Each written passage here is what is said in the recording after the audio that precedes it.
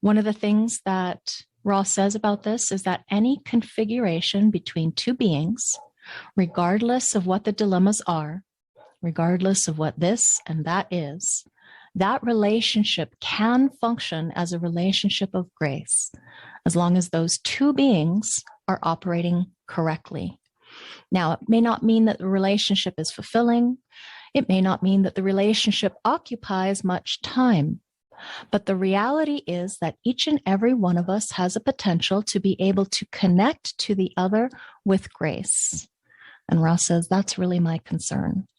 So it's often the case that what happens is people try to make sense of all of this and do predictive work. Yes, your relationship will work. Yes, your relationship will die. And reminding you all to put that power back in your client's hands, that they have their own authority, reminding them that they have their own authority, that you do not have to be the one who knows all and sees all. And, you know, a lot of times they're coming to you with, will this work? Because if it won't work, then I don't want to have any more to do with it, you know, or we're having problems and we're wanting to know if we should quit because it's really hard. And that's not really what you're here for. You're here to help them see what's going on in the relationship dynamic so that there's not so much of this pain and suffering. The pain and the suffering comes from blame and shame and fault and guilt, when oftentimes the dynamic between the two shows the dilemmas that we cannot help, that we cannot change. And it really is about settling into being their own authority, not giving authority to you as the analyst, not giving authority to the partner, but having a relationship dynamic that works. And there's all kinds of relationship dynamics that work. And the only one that knows whether or not it is correct is that person's own authority. Okay, so that's the most important thing I want to make sure everybody's very clear on. Anything can work. It's not a death sentence when you see something in there that is particularly challenging. So our topic of discussion today is going to be about the connection of what happens when we have centers, as far as the relationship dynamic, centers being able to be analyzed in our connection charts. So we're going to look at 3 couples per center and 3 variations of center connections. That's a lot of charts we're going to be looking at today. And we'll look at the definition through one of the partners, mutual conditioning through the relationship, and then also a relationship that leaves the heart center undefined, or whatever center it is that we're looking at. So centers is one of the big picture surface views. It's very easy to be able to see immediately right away. And it really scratches the surface of the variety of configurations that you're going to see when you're focusing on a relationship analysis. It's one of the most challenging things because obviously one center being defined, the other center being undefined. And we have the mutual conditioning as an example. It's going to be a different kind of chemistry and relationship dynamic between the two. So many people, when we take a look at putting their charts together, tend to become a single definition in relationship. And what that means is then centers are one of the most important analysis factors. So if you're getting a little impatient, like, no, get to the good stuff, Laveena, I want you to know that this is one of the really good things that you can focus on, because especially if you are a living or design guide and you're very familiar with the shadow as far as the healthy or unhealthy expression of either defined or undefined, you're going to get a better way of getting this across to your clients because you have practice in it, right? So we're not going to skip ahead to other consideration or factors for the most part. We're going to try and skip to centers today, and we'll revisit these charts with other factors and considerations. So we're going to explore real life examples, and I'm going to do my best to engage you, your critical thinking skills, in some of these charts so that you can not only see what I see, but be able to see on your own. How's that sound? Sound like fun?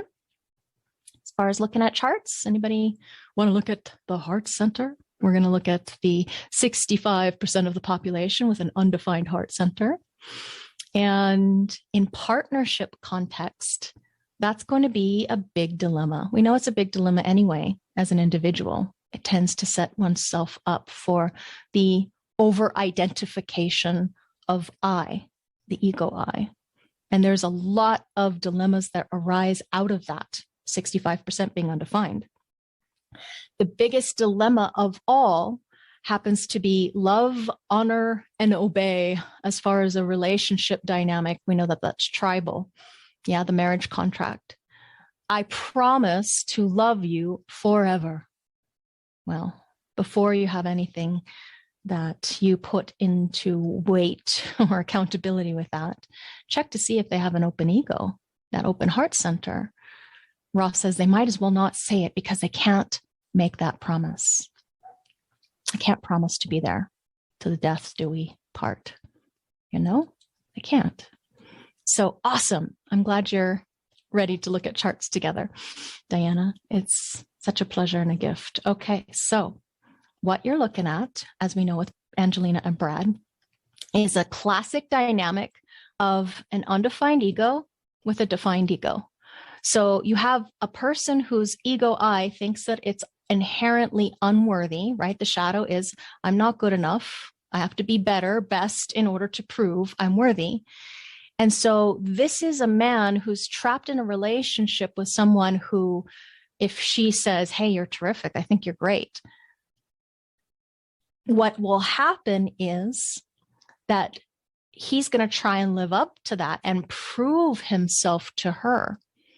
So it really, if he's amplifying her defined heart center and bending over backwards in an attempt to prove that he really can be the best for her, best father, best husband, best, whatever the case may be, partner, what will happen in that conditioning, it's not mutual, it's really one-sided because he's undefined, right? So he's going to have this over-identification of having to live up to those, let's say, expectations that she's putting on him by saying, hey, you're the best. Now his mental state is thinking that he has to prove that he is the best.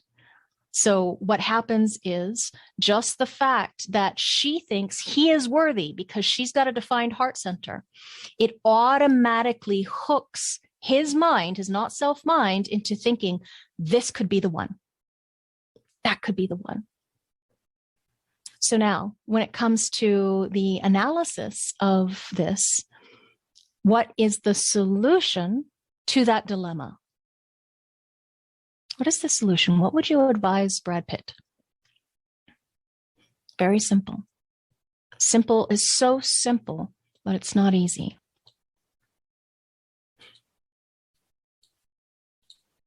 What is the solution? Wait for recognition and invitation, yeah, before trying to promise or prove anything. In fact, if we could just let go of promises completely, which is really hard in this day and age of, the conditioning and adaptive strategies of I have to promise in order to be the best, in order to prove I'm worthy. So that's right off the bat. The solution is no promises. Follow strategy and authority. Exactly. Yeah. And that's always going to be the case. Excellent, Chris. He says, I'd ask them, does this relationship feel healthy for him? And if you know anything about their relationship, it doesn't sound very healthy. We don't know for sure, but from the stories, didn't sound very healthy. So always bringing that client back to their authoritative process, right? Now, here's a different story where we have mutual conditioning, Monica and Vincent. Okay, Monica and Vincent, they're actors. And she's a model as well. And he is also, he's just an actor, but I think he might have also done some directing as well. I can't recall. They married in 99. They have 2 daughters. And they separated in August of 2013 and later divorced. So what we're looking at is mutual conditioning. And that mutual conditioning, both of them, the not self shadow state of the mind, thinking inherently not worthy, not good enough, right?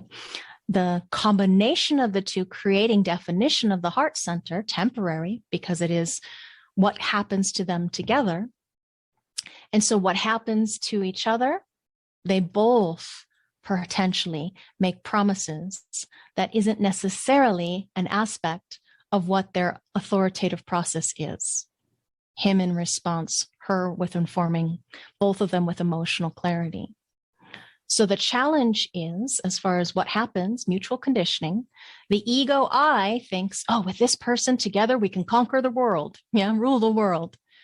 And yet what happens when you believe the mind's story, that in order to prove one's worthiness, one makes promises that one cannot keep because it wasn't coming from integrity of emotional authority, her informing, him asking. And absolutely, Chris, it's one of the most challenging dilemmas that we come across when it comes to specific channels. We're going to talk about it in electromagnetics. One person who's in charge and who's in control. What tends to happen with mutual conditioning is one person takes over the other person's job description. So the person in charge, thinking that one has to take control of the relationship, the person that's designed to be in control in response with emotional clarity, trying to take ownership of the relationship or the outcomes. Because generally speaking, what the mind is always trying to enforce or ensure is outcomes that it thinks will get it what it wants. And if either of them initiate from shadow place, her from anger, him from frustration, they're just going to have a more reinforcement of more of the same. So it's a definite issue that we have there. The final configuration we see with Michael Douglas and Catherine Zeta-Jones, that they come together and still have an undefined heart center. Now, what did we recall from last week as far as what kind of relationship is this according to our rhymes? Where are they going to have what? Is it a 9 and 0? Nowhere to go. There we go. Fun. 8-1, let's have some fun. And they're going to have fun when it comes to going out this door, window of the relationship to learn about, for her, what is worth and worthiness. For him, his specific learning is about what it takes to deliver on promises and prove oneself, his unconscious drive, right? His specific wisdom potential. Whereas she's open to all kinds of different ways that worth and worthiness shows up. So in the relationship, they're both going to stay undefined contextually in that partnership, right? So they're going to have that as an opening to learning about life here, the relationship theme. So you see now there's 3 different ways. When it's undefined in both people, what happens is there's the 8-1, have some fun. Let's take it the next step. If this was somebody's definition, this was just one person's body graph, what is the not self theme of the undefined heart center? What's going to happen?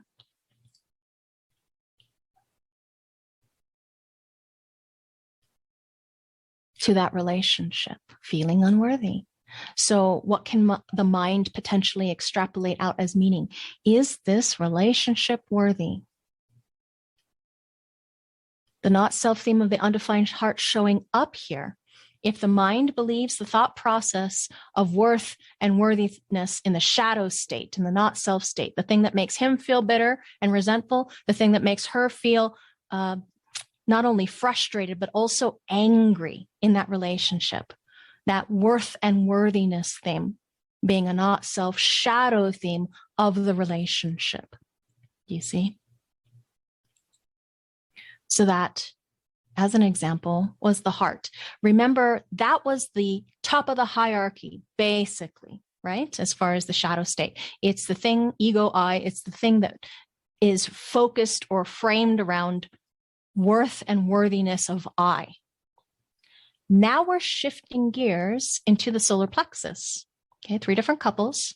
Solar plexus It's one of the 3 awareness functions. And what it's going to bring as a potential awareness is our social and emotional, relational intelligence, right? So it's, if you think about the circuitry that is here, ego was all about tribe, little bit of individuality. Over here, we're not talking collective. We're talking 3 tribal strengths. And then of the 2 individual strengths, one of them is social. Tribe here as well, social, community. So there's way more socialness in the place that this person, these people inhabit, as far as the dynamic of what they're going to encounter in each other and here. There's a lot of pressure here. You know, because you're studying human design, that there's a lot of emotional volatility because this emotional system is currently dominated by its motor wave. And because of the mutation that's coming in 2027, sometimes there's an inherent irrationality that comes with this emotional system. So irrationality is a good word here, especially in relationships, hey? Things getting blown out of proportion.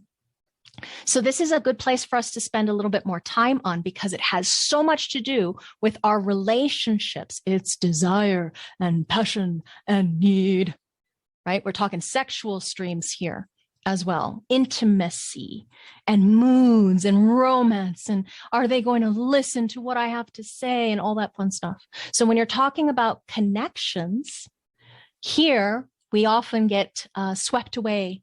It's maybe a problem. Sex is here in relationships, you know. One of the freedoms of having a relationship is the ability to have sex on demand, if it's correct, of course.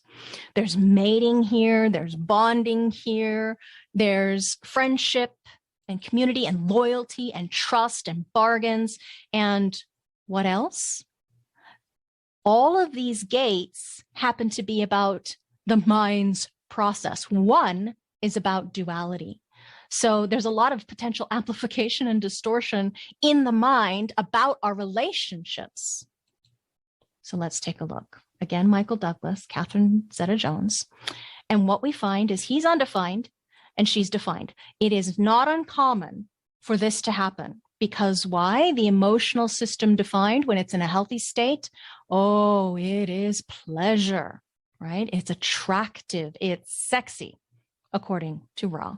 We know this is about sex, you know, this is a very strongly sexually attractive design that Catherine Zeta-Jones has.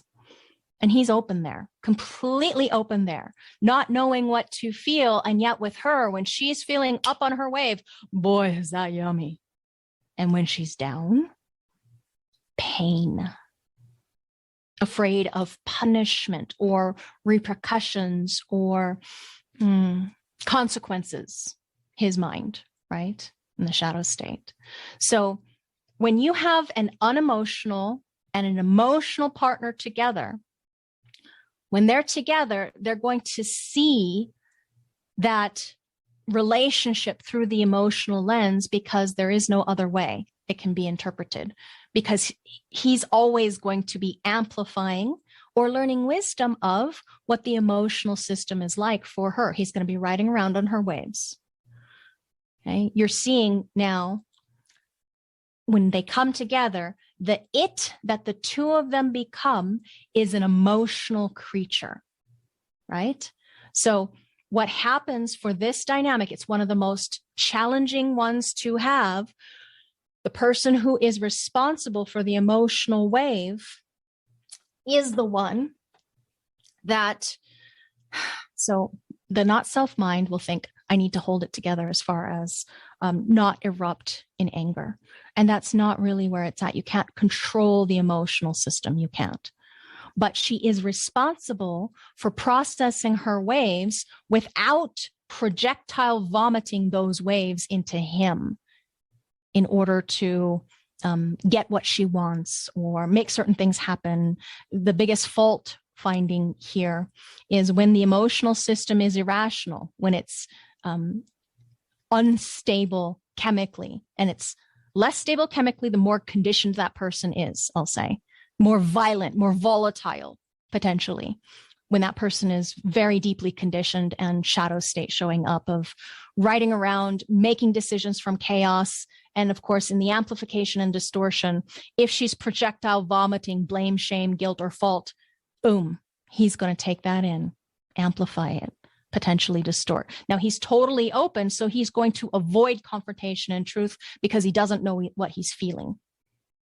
Right? He's not going to be knowing exactly how to put a finger on exactly what he's feeling, maybe in the not self shadow state, over identifying with her emotions as something that he has to manage or take care of. So tiptoeing around, walking on eggshells. This is again why it's so hard for these types of beings, non-defined, defined, to come together, because it's a very volatile thing that they're experiencing. It can be very painful. So when you're analyzing the thing that the two of them become, which is an emotional creature. It doesn't mean that his correct, I always get so upset when I remember a student telling me that she was told that we don't have time to listen to your emotional wave. Let's follow my spontaneous, in this case, it was response. That is not the correct way to do relationship analysis as far as giving the other person their power back. It's mutually describing to each of those clients how they can trust their own decision-making process and give the other person their own process in return, mutually respectful. Yeah. So that's a big area of learning and wisdom for him, and for her to learn to slow down and to be more correct in one's decision making rather than spontaneous up and down wave taking action on. So those are really challenging. Now, here's another challenging one. Besides half of the population being defined, when you find two people who are undefined, oftentimes they come together and they create definition in the emotional system. Why? It's sexy.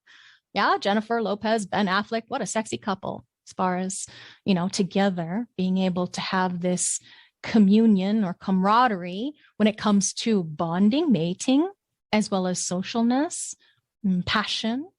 Yeah, being able to express their wants in relationship, their needs in relationship, but undefined, therefore, in their process, spontaneous as their authority is. Now, he's a single definition, she's basic split. So there's going to need to be a little bit more processing time for her. But in relationship dynamic, we see that together they have a new split.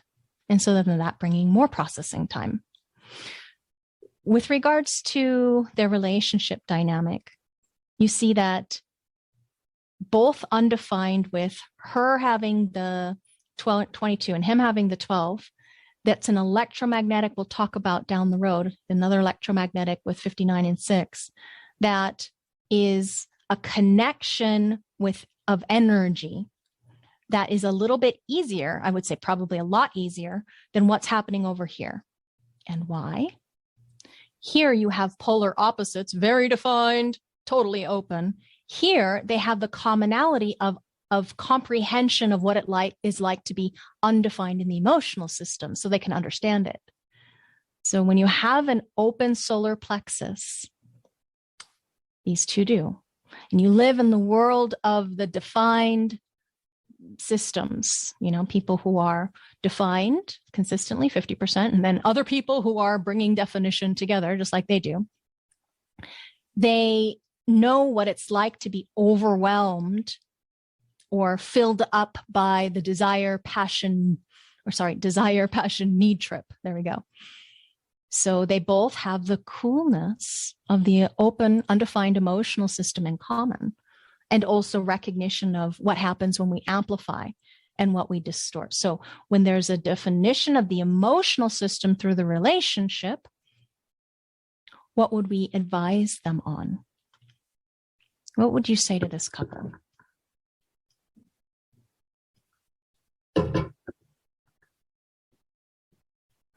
I personally would say, don't take the emotions personally, right? Because we know it's mutual conditioning that brings the emotionality in, that charge. Can you see how that might be a little bit supportive? Instead of throwing around blame or shame or fault or guilt, that, the emotions are what they are in connection. And what somebody might say to you in anger when they're emotionally amplified has more to do with the place that they're coming from and less to do with you, really, personally. Would you agree as far as what I'm seeing? Recognize, don't take those emotions personally, because the emotional system, it's going to feed data into their definition, but it's not trustworthy. It's not reliable to make decisions from. Yes? Makes sense? Yes, excellent. Okay, one more. 2 undefined coming together, leaving that solar plexus, emotional intelligence undefined. Blake Lively, Ryan Reynolds. So they're both going out the window or door or back door, because this is a 6 and 3. They're both having the potential to escape the relationship through this door, if we're just focusing on the emotional system, right? When they're open in the individual, the not self strategy, both of them, the not self strategy is still there in the relationship. So what happens is the partnership dynamic becomes a window on the relationship, right? So this is part of the not self or the shadow state strategy of the relationship, is to escape through this window. Didn't mean to do that. Whoops, going the wrong way. Sorry. There we go. Forward, there, back there. So these open relationship windows where they're going to contain or maintain, I should say, maintain the not self strategy in relationship. I don't know what I'm feeling, so I'm going to avoid confrontation and truth, lie. Over here, she may be feeling indecisive, right? She's got a dormant potential. So there might be this indecisiveness as far as in relational context to him. Is this really the one? Is he the one? Is this the one I'm most passionate about? Now, the passion, the abundance of spirit is an aspect of who she is. So it is part of her life's work to process that energy. But in the shadow state, in the not self, she too will do the same thing. I'm going to go over here to avoid confrontation. So as an example, how can they escape the relationship? Coming home late, going to work early, going out with friends instead of being in the relationship, to work on the relationship. Now, she's a single definition, way more likely to just pop out and leave, whereas a basic split potentially might want to work on that relationship because it makes a big difference to have somebody in your life when you're a basic split. So the not self decision making will still come from trying to avoid confrontation and truth through like this escape hatch out of the relationship. So similar thing is to help them find their authoritative process, spontaneous, both of them being defined to hers, not directly. So it's an indirect way and it's unconscious. So bringing them back home to, hey, you know what?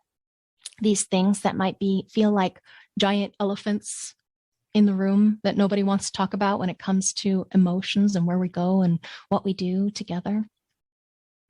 To be able to be honest in relationship is one of the biggest improvements that we have as a tool in our toolkit as analysts, as people, as individuals experimenting with human design. So instead of lying, being able to confront when the truth is necessary so that the relationship can hold together. That's going to be a little bit difficult, right? Because there's already 6 and 3, easy to jump out of the relationship in many different ways. So can you see how this might be a place to get out of that connectivity that they have together?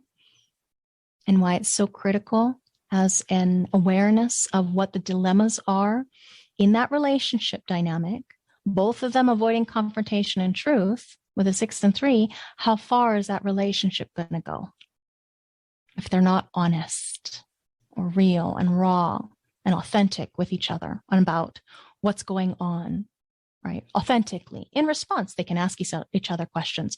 Where I would say that this is one of the most real, not about authentic, but honest relationships you can have. Two sacral generators asking each other yes/no questions. So that would be my advice to them, the yes/no questions. Now, next, we're going to go look at some identity and direction charts, specifically. John Lennon and Yoko Ono, you can see that he's got it undefined, she's got it defined. So this is another real common draw that happens besides emotional and non-emotional. The undefined identity direction, G center, and defined, what happens because there are 4 love gates here, right? Cross of the vessel of love, as well as 1 personal love gate. It's either love of self or love of the world or not, right? Humanity, body, and all that is. So we have people who are running around looking for love and direction in the lives of others. And boy, is that attractive to find somebody, oh, this is the one with whom I finally have my sense of identity, love, and direction. Yeah, so it's a real common thing that you come across. Centers that are open, undefined. Amplification and distortion of the definition in the other means that this one will lose themselves in the other. Okay, so just taking on, he will take on her direction, her sense of embodiment, to be more specific in this case. Somebody else's identity, yeah, being a part of this process. He's also taking on her ego because she's got it defined. So the first area to look at in any relationship dynamic is going to be, what is the effect of the conditioning factors there? It's often the case that these, especially projectors, because you know they tend to amplify and take on the other person's identity really deeply. What happens, the generators have no filter or protection mechanism. The only thing that protects them is their strategy of waiting for a response, their authority. In this case, both of them being emotional, waiting for time, waiting for clarity. So the dilemma is, what would you advise this person? What would you ask, I should say, John Lennon?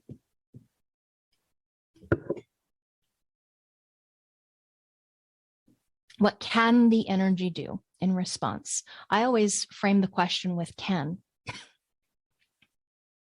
Can you wait for clarity before jumping to move in a new direction?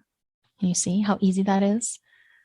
So it's seeing the challenge, because the problem is always the mind trying to take on the conditioned adaptive strategy here. It's looking for love and direction in the lives of others. What is my identity? Oh, this person with this person, I'm certain I have my identity now. So can you wait for clear energetic response over time in order to change directions? Is another way you might say that or phrase that. Yeah. Here are some friends defined through electromagnetic. Actually, I seem to recall in this example, they were kind of bitter enemies, writers. So here we have this dynamic being very logical between the two. And so what happens when both people are open or undefined and the definition comes in, now there's mutual conditioning, right? Mutual conditioning. The mutual conditioning dilemma is that it's going to activate all of these dormant potentials in a very specific way. So in relationship to each other, they get locked into the logic. Now, what happens if they believe their mind's story about what's most logical rather than coming to wait for, in this guy's example, response, and this one example, lunar cycle? They're immediately going to be drawn off track. Even though now we have a consistency, we have the identity defined logically, If they give authority away to the other person's process, it's a conditioned shadow, potentially, of course, relationship, because it's not authentic to the individual and their process. So what might we say to advise? Bring them back home to, can you wait for response? Bring this one back home to, can you wait for your lunar cycle? Rather than taking off in logical directions to your mind, just because you think that's going to get you to where you think you want to go, right? This one initiating out of frustration, this one initiating out of disappointment, they're just going to initiate more of the same in their life. Last one. Feel like you might be getting the pattern? What happens here in the not self relationship between Angelina and Brad?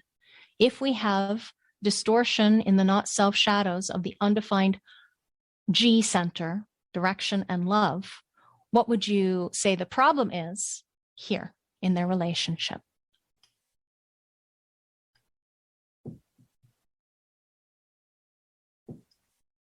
This relationship, complaining, shaming, guilting, faulting, feeling directionless. Yes. Seeking love outside of it. Ooh, are you peeking into their bedroom? No, I'm just kidding.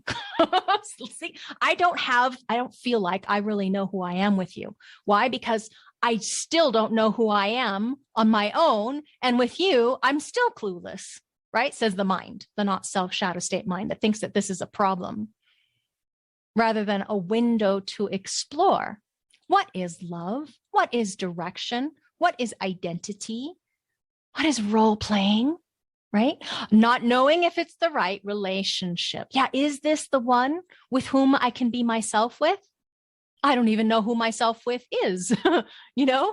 Oh, I love that you said that, Machilen. Not knowing one's love or identity in the relationship. I thought in beautiful romantic relationship, I'm speaking as the not self shadow state of either of them, I thought I was supposed to have this feeling of transcendent love with someone with whom I can be myself utterly and uniquely with, and they would accept me, shadow state, accept me unconditionally, unconditional love. But wait, what? You're angry at me? You're rageful? You're breaking things? I'm bitter? I'm resentful, I'm frustrated. Well, then you must not be the one for me, says the not self mind, right? Always trying to find blame and shame and fault finding, either with self or the other in the shadows. Okay. We'll do one more and then we'll take a break. What we're looking at next is another. So we went and looked at I as a problem, where we are as a problem, another I as a problem. Now here in the relationship in the shadow state, it's another where we are as a problem, where we are being safe and healthy or not, having well-being or not. The biggest challenge I see in a relationship dynamic, if we know what the undefined soul or splenic center is about, it's always looking for safety and security. So if it's undefined, it's fear of abandonment. Remember as a child, if you're undefined here, you might have been a clingy baby looking for the security of mama, papa, whoever it is that brought in either the definition through mutual conditioning or their own definition of the splenic center. That felt like safety or home as far as security. Yeah, this is the ability to love and protect one's children and raise them. So depending on the definition that comes in, there is a potential distortion that happens when one who is undefined here hangs on to somebody who is actually not healthy for them, but they'll hang on and keep hanging on anyway in order to get that feel good, even if it doesn't feel good, even if they'll justify or rationalize getting physically or emotionally abused just because definition feels like it might be more safe or secure than being out there alone on your own. Can you hear I'm speaking as in my mind is very much in recognition of what this shows up like in the shadow state, the openness, right? So if we look at Tina and Vincent, the splenic center defined by one of the partners, open in the other, and she's a model and he's an actor, and she's like 18 when they got together in 2015 as a vacation together, where he's 49, she's 18. That's a big difference in relationship. And yet what happens here is, because she's got strong splenic center definition, his conditioning is that, wow, I got to hold on to this one. This one feels healthy, you know? The vibrancy of a young woman who has a strong immune system to someone who has it open or undefined, very attractive, right? Doesn't necessarily have to be that the man always provides the security or safety or well-being. In this case, it's the woman, it's the younger woman. Okay. So in relational context, the challenge is what happens with an undefined splenic center coming across a defined splenic center. In the not self shadow state, Vincent will let go of things that are actually good for him. Do you remember that is how it works at times? Not knowing what to hold on to, not knowing what to fear. When there's temporary definition, letting go of something, a relationship, what have you, that actually does serve or is healthy. Easily let go of through the conditioning there. So, solution, what would you say? Problem and solution.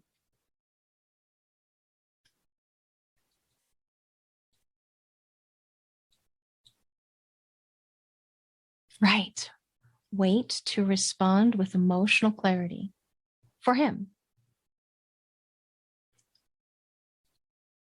So when we come to the next example, Darren and Jennifer Lawrence, we have the splenic center defined through electromagnetic connections that we will talk about again down the road with channels. And what we're looking at is his dormant potentials getting turned on, literally, by her definition. So then in relational dynamic, if they're both seeking to find safety and security in the other, and they come together and find that process of recognition, mutual process of observing this safety and security in the relationship dynamic, what can happen in the shadow state to them in the relationship? What will happen relative to the splenic center? She not knowing what to fear, him holding on for dear life until, boom, what happens?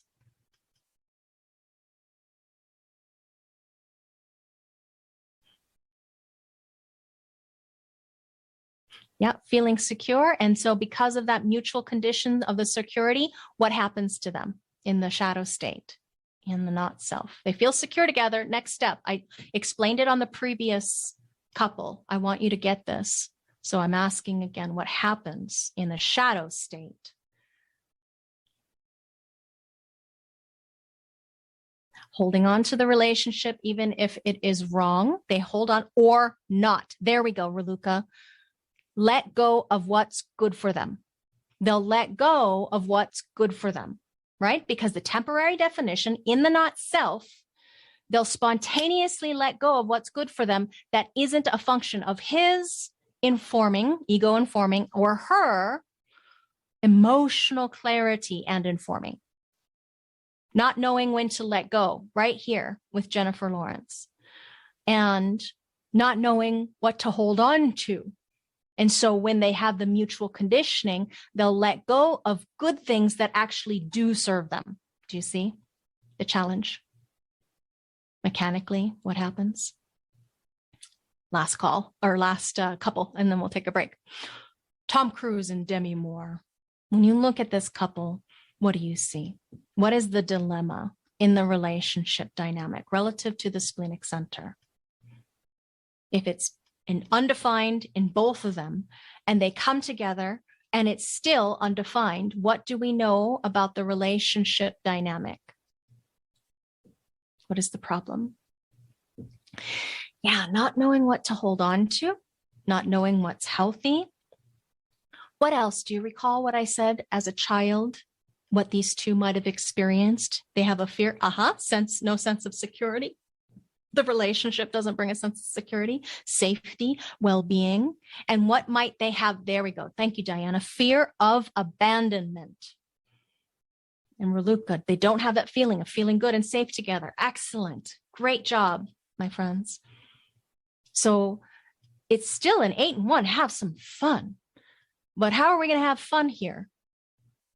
They're going to explore the world of well-being, you know? What is it that brings well-being? What is it that brings safety and security? They might converse about different longevity processes together. How are we going to keep our youth and our health in our older ages, right? So the openness in the relationship as a shadow is still maintained as far as what happens there. Flip side, wisdom potential, what really is worthy of holding on to that allows us to feel safe and secure in our form, that lets us feel okay in this embodiment. The processes of their mind distortions, amplification and distortions, fears, will tell them to hold on for dear life no matter what, even though this is a horrible relationship. He's abusive, she's abusive. However, because they both can do that, right? There is a potential for strong learning about what is it that brings the thing that is truly worth holding on to. And that's what their conversations will be like about health, wellness, well-being, all of that. Without looking at the specifics, we know that those are dormant potentials that are true self-activations that are going to be part of their specific learning and wisdom in relational context to exploring the world together. Chris is saying they'll see a lot of fears, and if one of them isn't comfortable with that, it may feel uncomfortable for them. Yeah, who's going to see more fear?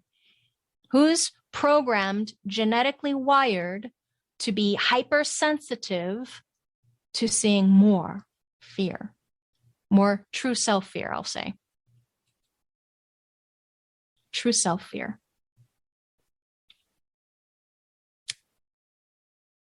Trick question. It's not like we can really compare, but yeah, here we go. 1, 2. And then there's 40, 48. Where's that 48? There. Aha. Right there. And then where are hers? We have got 1. And then the 18. 2. So you see how all I did was just compare how many activations we have. And he's got 1, 2, 3. And she's got 1, 2. Further, he's got a trait gate that is pointed at the splenic center. So his mind is going to be more conditioned. Oh, she has another 44. Where is it, honey? Oh, thank you. There we go. 1, 2, 3. Okay. So as far as hierarchically and through conditioning, he's going to be more sensitized as far as these are correct fears for them to process, correct, because it is part of their aspects of their nature.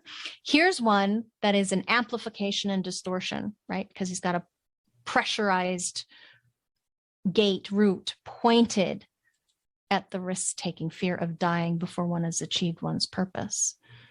So you can't really compare, but if you were to compare, these are lower on the hierarchy. He's got 1 up here. He's got another one here. So I would weight him more attuned as far as fear.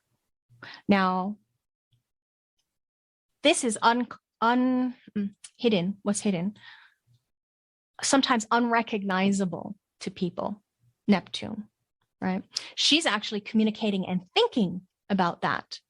Look at that. This is a exact, I should say, line value wise anyway, conjunction of her communication and thinking to his Neptune.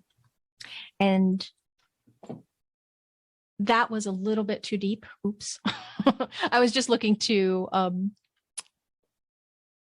make space for us to pause at 55 minutes to the hour, and that's where we're at. So I'll give you some space and time to digest for a moment.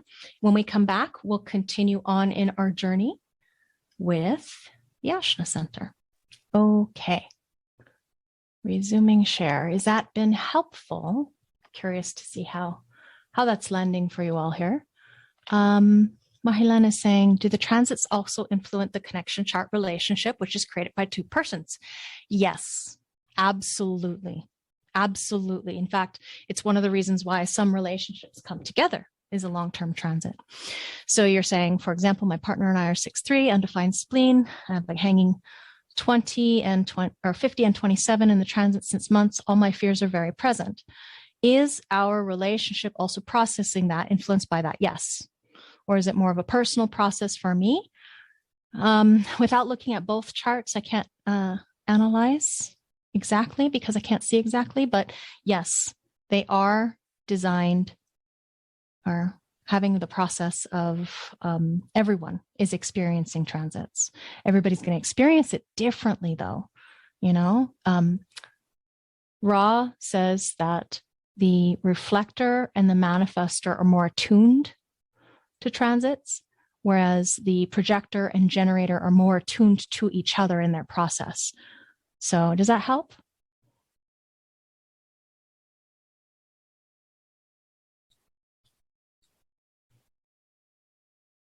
Yes. Okay. Excellent. Wonderful. Let's continue in our journey. So we took a look at where I am. Here's another where I am. Now this is relatively speaking to the not self shadows, remember, because we're looking at conditioning factors in relationship. The mind looking for certainty is the theme here. Okay, the mind looking for its certainty within the relationship dynamic. So what's going to happen? We want to be certain that this relationship is going to work out, right? Something to that effect. So we're again going to look at 3 different partnerships. And as I make some statements about what we're seeing, I would love your continued presence and recognition, availability of what you may recognize about this relationship dynamic. So we begin again with a definition and an undefined, making, of course, mutual or definition in the relationship chart, and it's conditioning from her that he is going to be potentially amplifying and distorting. So what happens when the Ajna Center is defined by one of the partners to the other person? What will Prince Harry in this case do? What is the not self of an undefined Ajna with a defined? What are we going to do? Are we going to have fights in order to prove who is certain? Yes. And what else besides certain? What's another thing that might show up? Certainty. Who is right? Right, Diana. This is the problem. This is the real problem. Is this person, Megan in this case, is certain of her beliefs and he's undefined. So in the unhealthy shadow state, not self state, going to argue in order to prove that he's right. And that can be a real relationship challenge.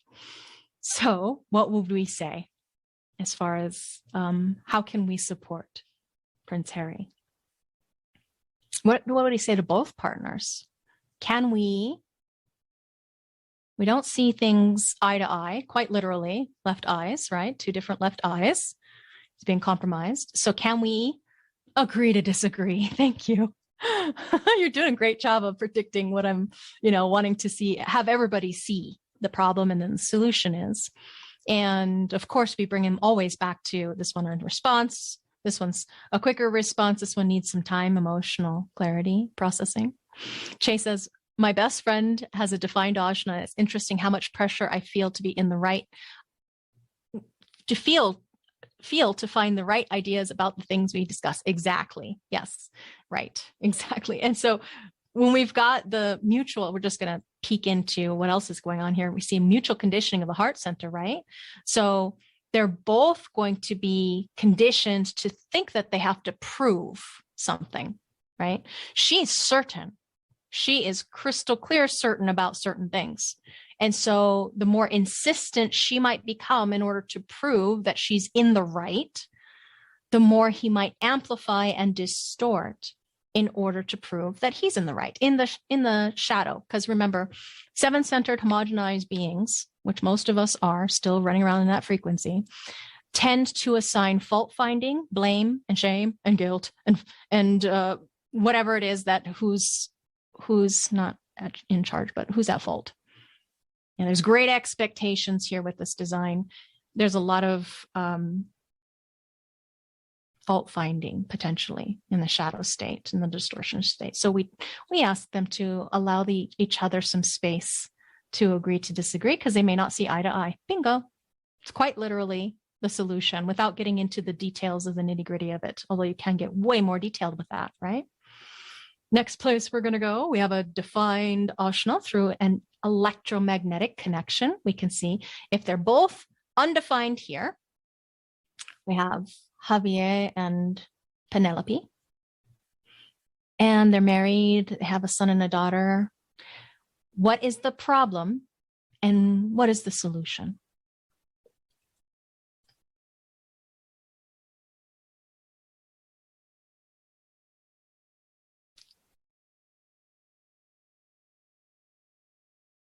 Overthinking.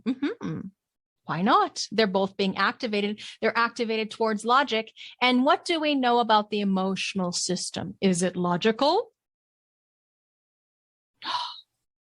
It's irrational. It's emotions, right? Their emotional authority isn't necessarily logical.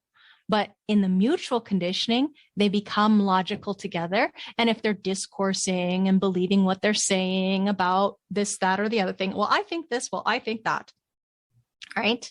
And they make a mental decision where they're overthinking it instead of, admitting that they don't know. They don't admit that they don't know. They can still have this potentiality of trying, because it's mutual conditioning, trying to be very logical about their decisions when it comes to their relationship.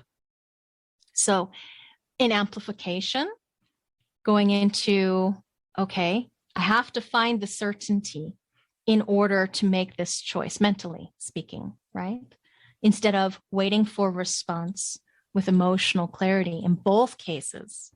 And him needing more time for processing because of a basic split configuration, right?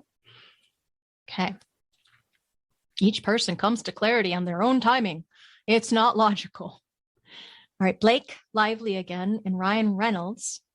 What we have here is undefined in both ashnas, undefined in the relationship. Therefore, the problem is, as far as the not self shadow state, mental problem.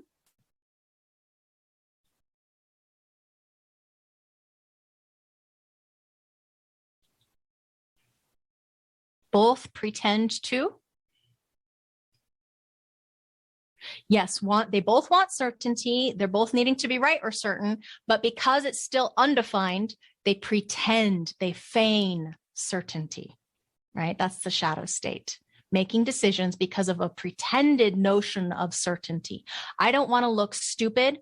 I need to look intellectually consistent. So if I said I was going to do something, by golly, Ryan says, I'm going to prove that I know what I'm talking about. I'm going to do it, right? And I don't want to change. Remember, when you have an undefined function center, wherever that is, there is a potential rigidness and inflexibility holding on to something that isn't potentially correct, right? Because it's inconsistent. So it's not necessarily something that's going to, of course, it's never an authority process. with these two ever. So if they intellectually feign consistent, reliable thinking processes, I believe this and I believe that, we believe this together, so we are going to do X, Y, and Z, whatever the case may be. So that is what it is, pretending certainty, right? Pretending I'm certain. They're both got undefined, right? Dormant activation potentials there. So it's pretending to be certain, not knowing what to be certain about or not knowing what to think. So that's a problem. Solution, response. Wait for response for both of them. Spontaneous response. His has a little bit more time processing because it's a basic split. Okay, our next place. If the ajna is undefined, it means always you're going to have an undefined head center because that's the only avenue of its expression of definition, right? So what you're looking at then is going to be someone that chases down every avenue of rabbit hole imaginable to try and find what is interesting, or pressure of trying to find out where to find inspiration. There we go. Inspiration. And so that was in where we are. This one is an I, as far as the not self shadow state, right? I have to find inspiration. I have to, whatever the case may be, think about things that don't matter to me. If you remember, sorry about the singing. Sometimes when I get tired, I get kind of loopy. So Emmanuel and Bridget, they're politician partners. You know, they're both very high up as far as being in charge of, she is older than him, as you can see. And they're a couple. He was 15 and she was a 39-year-old teacher. They became a couple once he was 18. So what you're looking at now is a very strong intellectual consistency. So what's the problem here relative to this relationship dynamic as far as the issues from the shadow state, from the not self mind?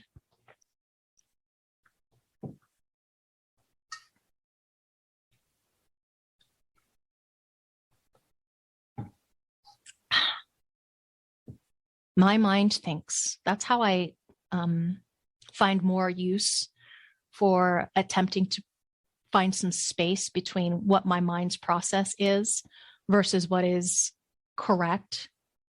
So if I imagine myself as him, my mind thinks that this woman is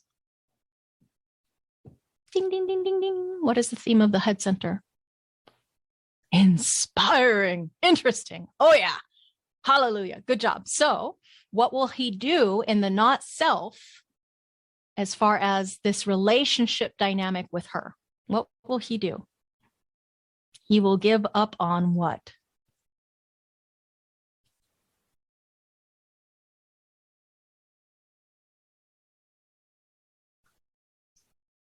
I need to find what's, he will give up on his own abstract questions in order to give weight to her inspirational knowings or awareness, right? Her logical awareness. He's going to give up on things that are truly inspiring to him and default to her logic and her certainty, right? So up here, whatever's interesting to her, he's going to default to going with her interests rather than having his own nature on questions which matter to him. Exactly. That's the problem, right? The problem is, okay, let's take it a little bit deeper. Look at this guy. He's got an unconscious voice of communication that is designed to put forth questions about what happened. He's designed to be influential when it comes to asking questions about what happened, right? Because the abstract is about the past.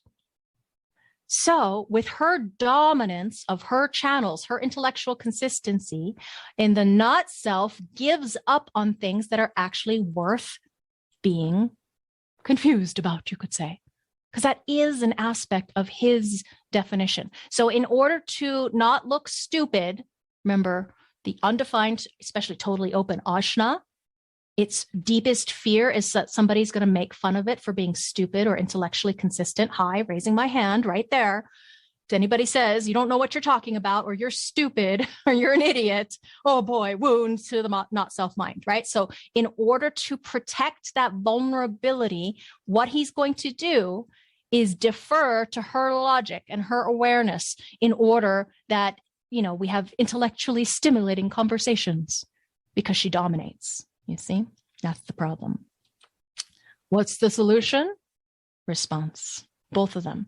Another one of those wonderful relationships where they can ask each other questions and get to the core of the heart of the truth with just an uh-huh or uh-uh.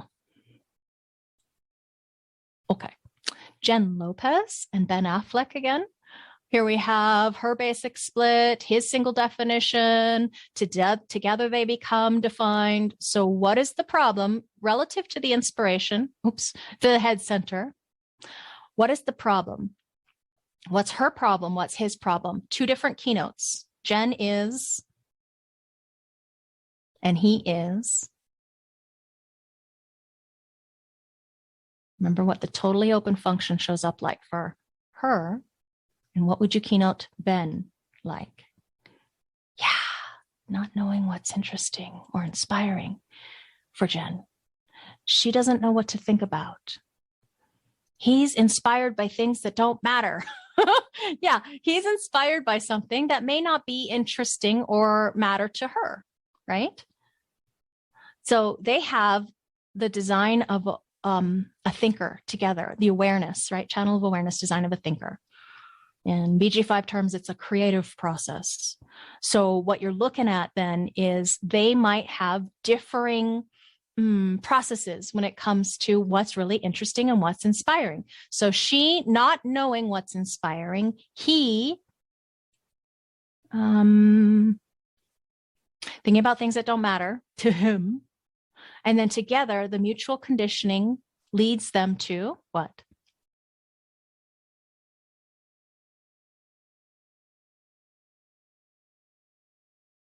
Both of them will. Yeah, she's designed to rationalize. But both of them will what? In the not self. Give up on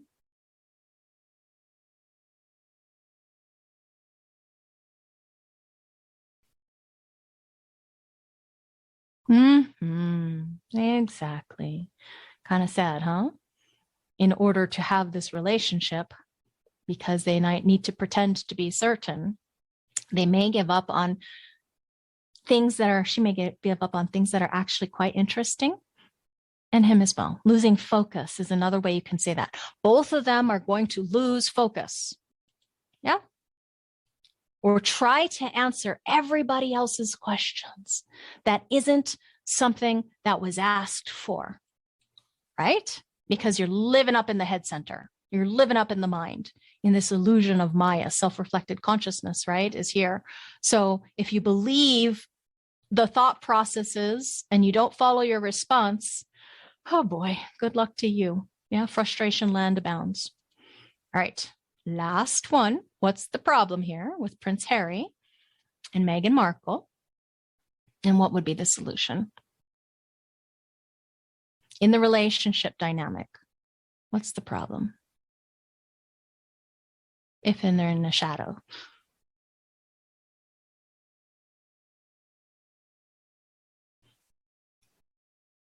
Try using some different keynotes that you haven't used yet, like I mentioned. So we think about things that don't matter. What else do we do?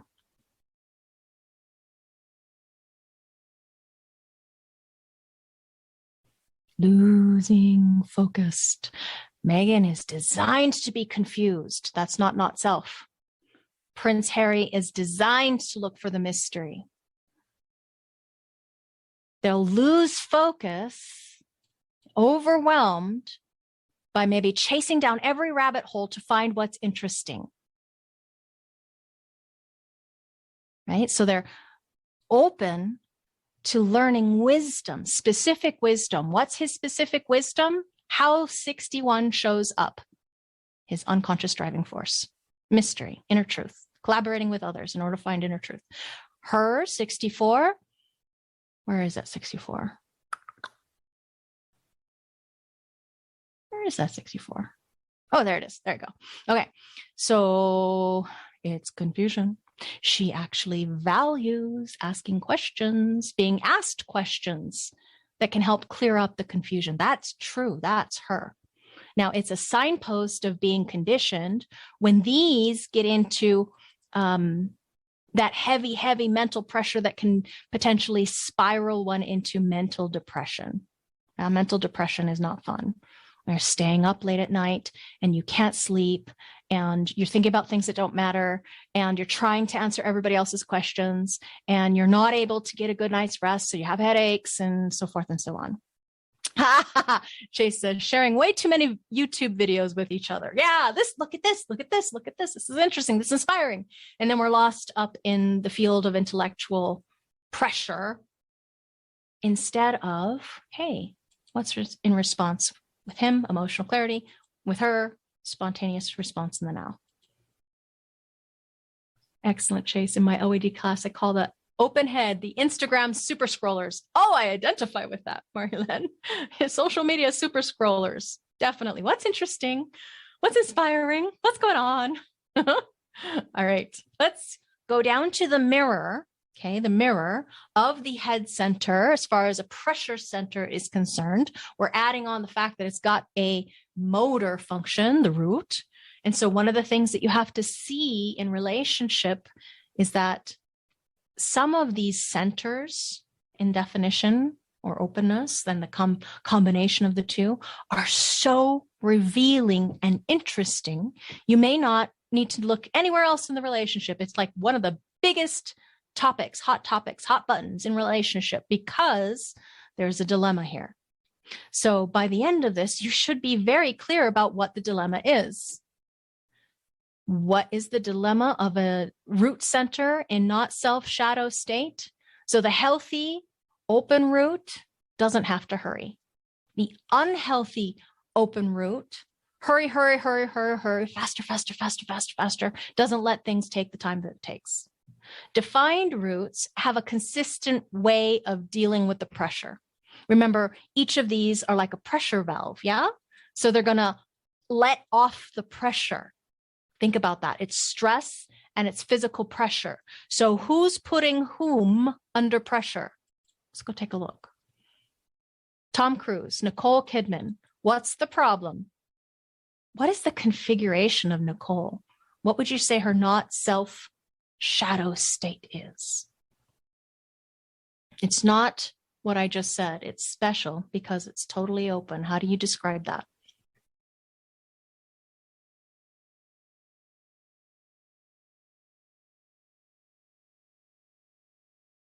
Not knowing what pressure is, and stress and when to hurry, not knowing when it's time to do stuff. Excellent. She doesn't know when to hurry. Exactly. So when you have a couple where one person has an open root center, she's not designed to be working under deadlines, no deadlines for a totally open root. Okay.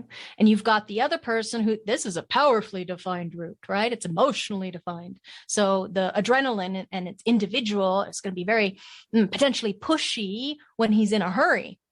So what happens is it's a very uncomfortable situation between him and her because the defined root is placing pressure on the undefined root. He may not be doing it consciously.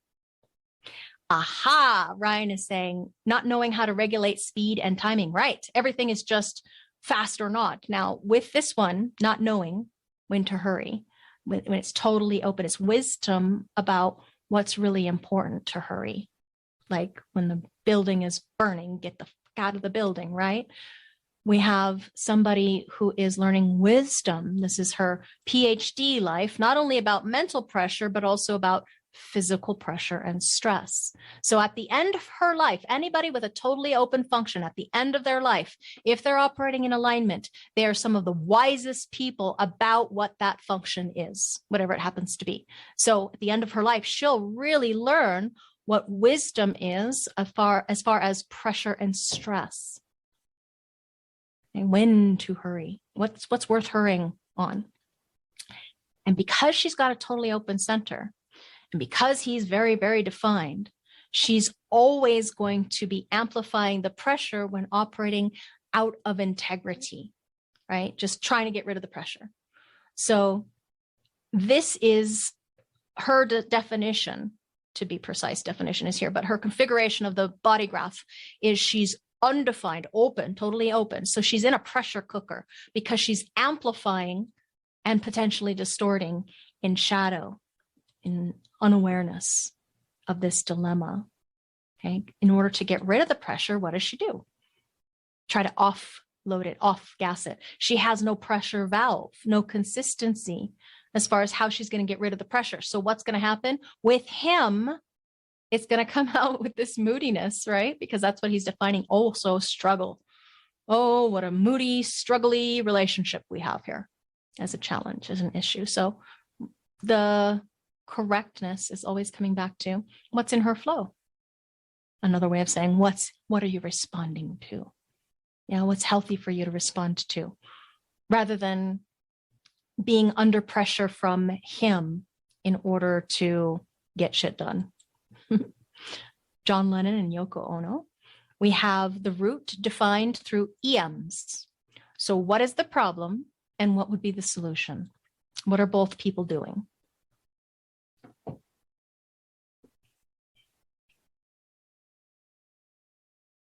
A shadow state, the mind says, I have to hurry. This is a relationship that we can't take our time. We have to hurry. We have to hurry to get to this dinner. We have to hurry to eat the dinner. We have to hurry to get home. We have to hurry up. Yep, hurry. Okay, so if they're both in a hurry and the mutual conditioning comes up and turns this into a defined relationship dynamic, what happens in that relationship?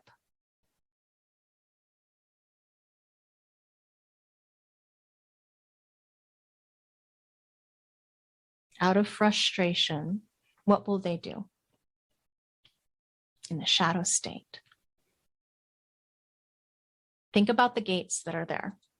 What happens here? They're going to hurry to what?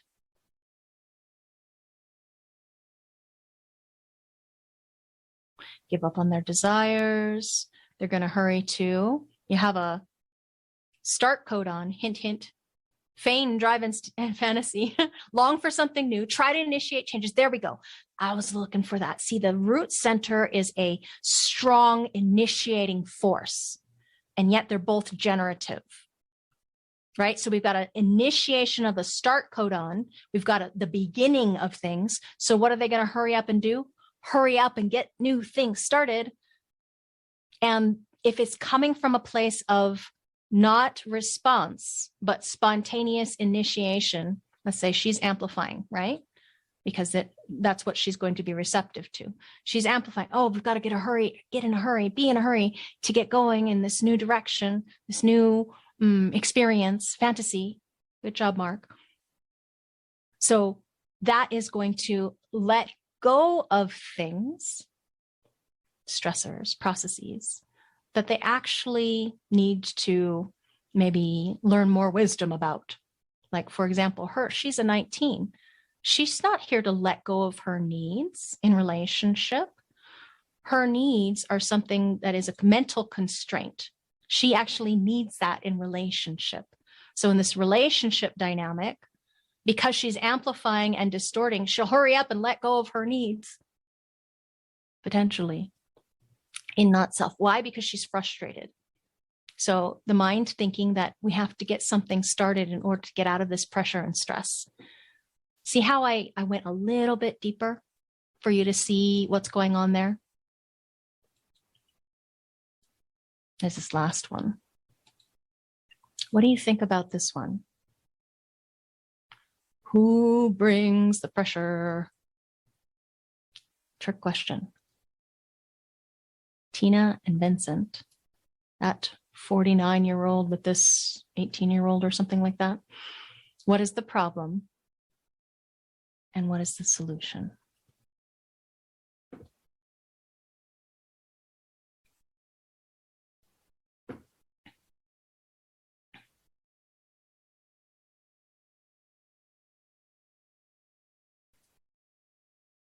Pressure is They are always late. Let's see. All time being now, there's a lot of individuality there. I could see that. Tina, because pressure gate in her sun. Oh, pressure gate in her sun. Pressure gate? Ah, there it is. Yes. Yeah, they share that as a pressure, right? That is correct for them as far as their pressures. In amplification and distortion of the stress and pressure, they don't put each other really under pressure because there's no mutual conditioning as far as a consistent locking into amplifying, any channel or anything. It's still open. So they're not putting each other specifically under pressure here. Remember, it's an 8 and 1. Have some fun. So what is the fun? Let's go to the spa. That might get rid of some of the pressure and stress. You see? These are little valves. Let's fantasize. Let's work on our needs together. Let's get new things started. Let's both be ambitious. Let's go. Let's learn what is vital. Let's handle the limitations. See, now, all things being equal, there's still dormant potentials, right? If they were lived isolated and alone.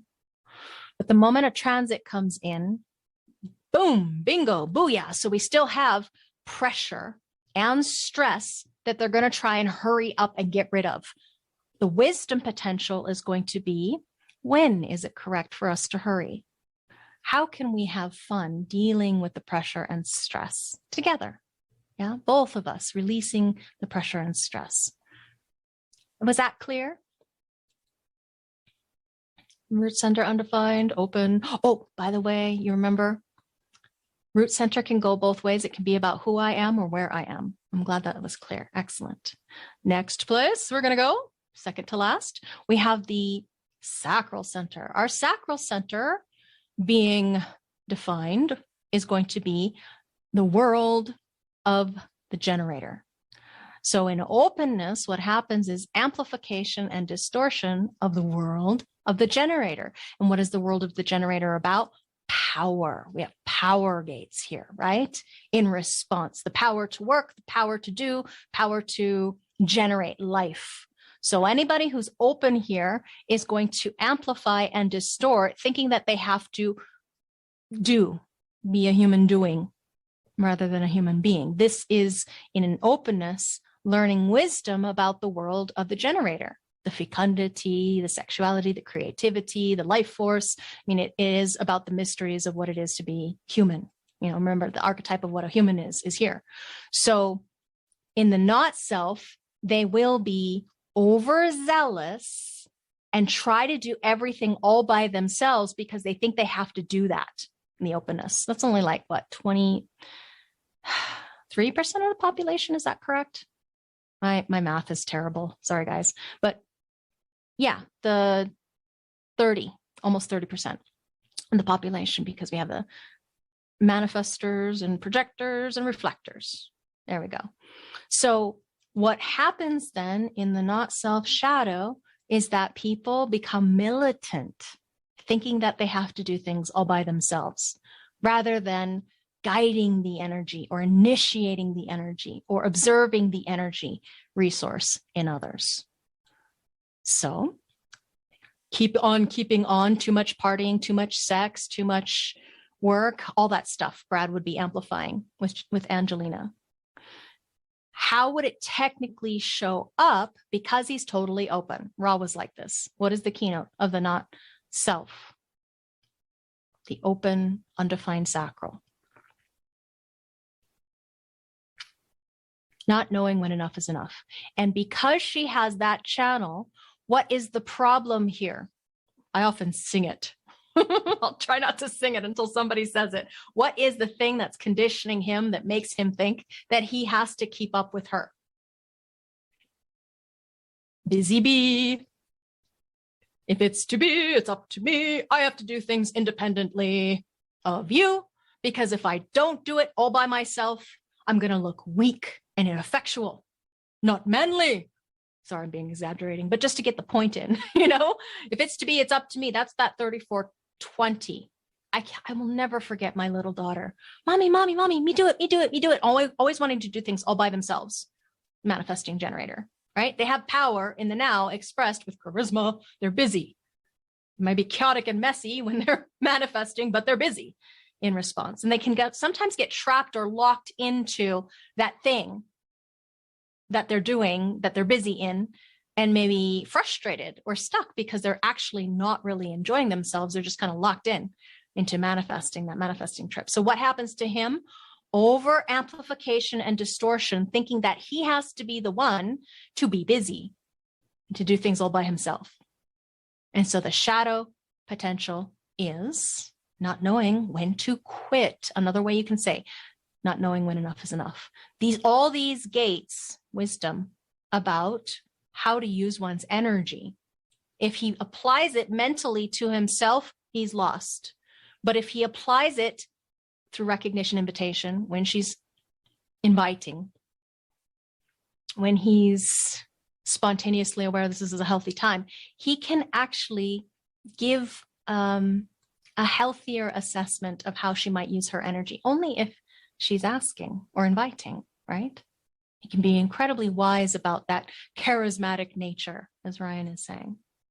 All right, so the problem, we got it. Solution, wait for the invitation, wait for the spontaneous intuition, knowing. Jen Aniston and Brad Pitt. Okay, different, same guy, different partner. What is the problem here? What's her problem? Mental problem.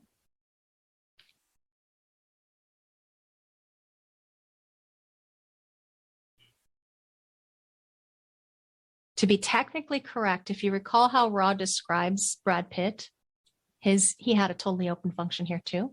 It's not knowing what to use one's energy for. Not knowing what to use one's energy for. I remember the first time I ever had one of these people in a living your design class. And because they're rare, it's to have a whole totally open sacral center. And she really identified with that. She's like, yeah, I just don't know. Remember, this is about the world of work, the generator world, which is about engaging one's life force energy to be creative, to make more. And so Marlene is saying, investing one's energy for something which is not correct. Yeah, this is not knowing when enough is enough or when to quit. So what do? What happens? In the shadow state, we have definition here. What happens between the two of them? In fact, both of these are mutual conditioning, right? That creates a new channel.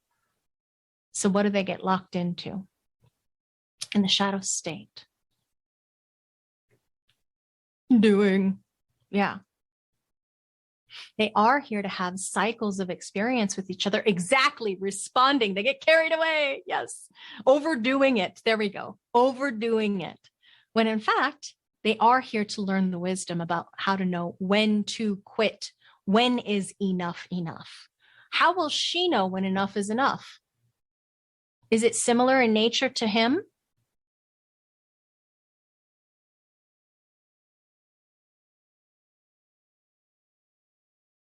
As far as their authority processes, yes. But remember, the strategy is when to take action to make a decision, right? When to make a decision. Strategy for her is her willful determination to inform of what is healthy for her. For him, he's got to wait to be initiated by her. And what do manifestors tend to do in the not self? Most of them are waiting to respond. So he pursuing her, oof, ouch.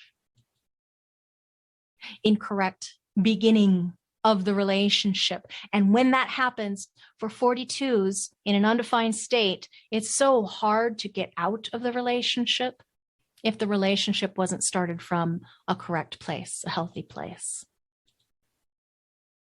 Okay, Darren and Jennifer. We have undefined. We have all three, is what I meant to say. All three undefined. Therefore, what's the problem? What's the solution?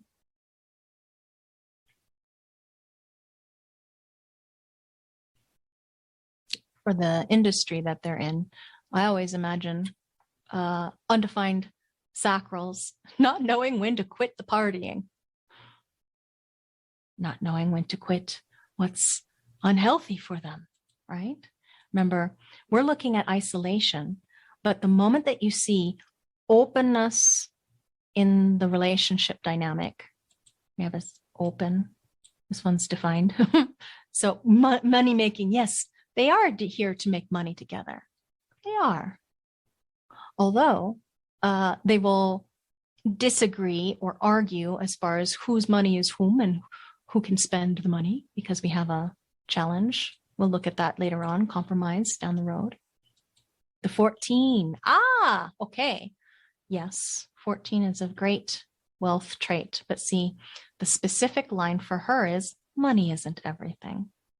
It's not about money making. If it was a 3, 3s are way more about material success potential. I need to make money. 1 is money isn't everything. This one, 2, they have very different 14s there. It is a wealth trait. Not knowing when to quit with regards to the doing, the busy being, right? And the solution always being for him, his informing of his willful determination. For her, she's a manifestor too, but she's triple split. So she's going to need more time to process. She's going to need time to wait and only initiate when she's emotionally clear. Okay. Last call, my friends. I mean, last call, last center. Sorry about that. I got distracted by a message. We're looking at the throat. So what is the problem here? What I see is people trying to attract attention or manifest, right? Communication and action. Human beings are noisy making creatures trying to attract attention in the not self. So if we look at Angelina and Brad, between the two of them, what is the problem and what is the solution? Problem is, Brad will talk a lot in the shadow state. Yeah, she's the motor mouth, but who's going to be amplifying and distorting? He will initiate with her. Do you remember? Generators are here to respond. The energy type goes first, right? His walk into the room and them meeting eyes, locking eyes, her response is something that is what will initiate her towards him, her response. Yeah. His recognition of her, the attractiveness of her, his spontaneous lighting up of the splenic center recognition, we can use that, is going to be what engages the energy, right? She's a magnetic energy being. Her energy aura pulsing out, drawing things to it, drawing people to it for her to respond to. He's drawn. And so the correct way that this communication happens is she controls most of the conversation. He is waiting for that lighting up in order to say something that really lands with her, potentially, instead of initiating action. So what does he do? Trying to attract attention, trying to be center stage, trying to manifest a relationship with her, talking, doing goofy things, whatever it takes to get her attention on him. Initiating, in other words, right? Rather than waiting to be initiated. Undefined throat center projectors. Got to be careful experimenting with their strategy and authority very, very specifically. Penelope and Javier, again, we have mutual openness. Therefore, the problem is in the relationship dynamic, what will happen? In the not self, in the shadow state.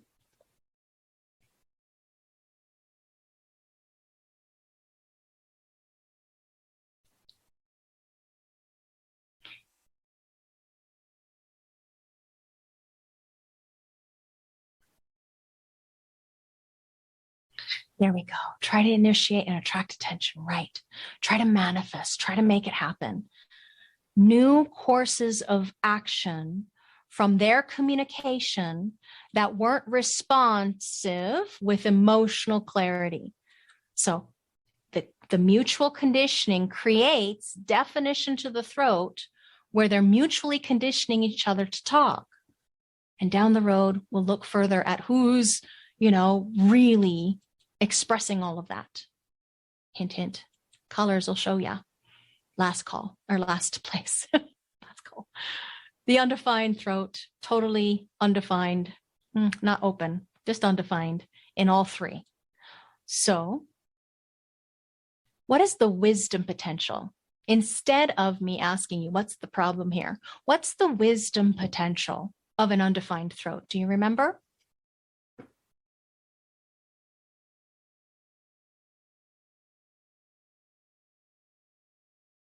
The end of their life, reflecting, leaving the floor to others, who is worth listening to, knowing who is speaking their truth. Excellent. Yeah. And knowing when to attract attention to a truth. Because what if they're asked and they respond, they know that elephant in the room that hasn't been addressed yet. They can say something about it. Bridget will say, I think, and I know, and I remember. He has the I remember voice, and that is authentic to their nature, right? As far as what they each have. Perfect. So the problem, same thing. Trying to initiate new courses of action, but this is something that is not in response. And if it's coming from a frustrated place, I have to attract attention. We know we're just going to manifest more of the same frustration, right? The relationship dynamic, having the throat open still, means the minds, their minds are still going to go up. They're going to go out to, with regards to where we are. And this will go to who I am. I am someone who needs to attract attention. We need to go out and attract attention or initiate new courses of action, says the shadow state, the not self mind, rather than asking each other the question to see if there's a true response there. So you can see a lot of these relationships are going to be generated because there's 67% of the population are generators. So you're going to get a lot of these relationships where they're both generative, wonderful. They can ask each other questions to find the truth of the relationship. Now we are complete. Hope you enjoyed that. I'm so glad. You're very welcome. Bye. Thank you.